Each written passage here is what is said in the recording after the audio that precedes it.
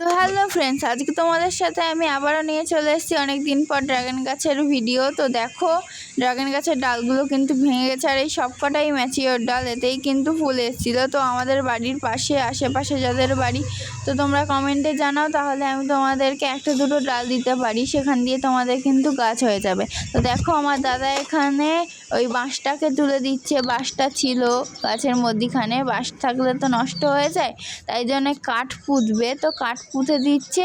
এবার একটা পাইপ দেবে, আমাদের কাছে টায়ার নেই যেহেতু, ওই জন্যে পাইপ দিয়ে, জলের পাইপ, ওইগুলোকে দড়ি বেঁধে এবার চারদিকে খুঁটি মেরে এবার ওই পাইপের উপর দিয়ে সব ড্রাগন গাছের ডালগুলো কিন্তু ঝুলিয়ে দিচ্ছে। তো এইভাবে কিন্তু সব বেঁধে দিচ্ছে যাতে ঝড় ফড় হলে, আর আমাদের এখানে তো ঝড় বৃষ্টিটা একটু বেশি হয় যেহেতু ম্যানগ্রোভ অরণ্য আছে সুন্দরবনের, তাই জন্য। তো দেখো, সব কিছু কিন্তু বেঁধে দিচ্ছে, আর আমার ছোটো ড্রাগন গাছগুলো কিন্তু খুব ভালো হয়েছে দানা পড়ে অযত্নে।